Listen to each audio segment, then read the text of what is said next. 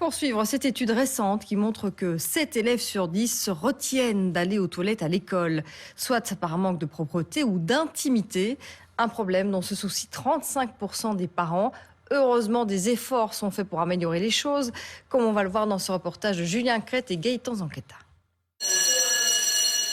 C'est le son de la délivrance pour certains, un passage aux toilettes après quelques heures de cours. Un soulagement, mais pas pour tous, car selon une étude récente, 7 jeunes sur 10 se retiendraient d'aller au sanitaire à l'école, et les raisons sont diverses.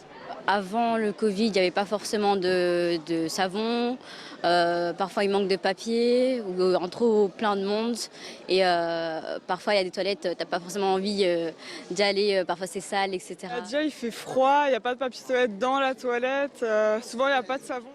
Dans cette école, ces sanitaires vont faire l'objet d'une rénovation d'ici quelques mois, de quoi améliorer certaines choses. Par exemple, pour les urinoirs, il n'y a pas de séparation. Donc il y a beaucoup de garçons qui s'empêchent ou qui attendent qu'il n'y ait personne pour aller aux toilettes. Ça peut être quoi les problématiques ? Je dirais ici, par exemple à l'école avec le projet, on voit qu'il manque de séparation entre les urinoirs ou les toilettes. Parfois, elles sont tout simplement cassées, on ne sait pas les ouvrir. Autre indication du sondage, 35% des parents se disent inquiets de la propreté des toilettes à l'école. Sur ces images, certains lieux à l'ancienne.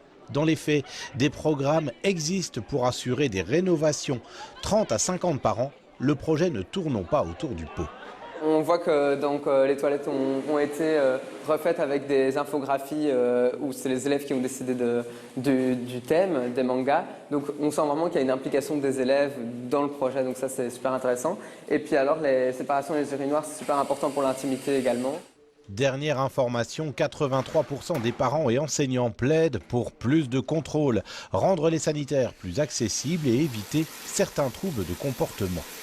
Ils se retiennent non seulement d'y aller, mais aussi de boire. Et donc si on ne boit pas, le premier signe d'une déshydratation, c'est de l'irritabilité. Et donc en fin de journée, les profs ne sont pas très à l'aise parce que tous les élèves sont irritables, c'est peut-être simplement parce qu'ils sont un peu déshydratés. Des réflexions sont en cours pour classer les toilettes par groupe d'âge et non plus par genre, une avancée potentielle pour les rendre plus attractives.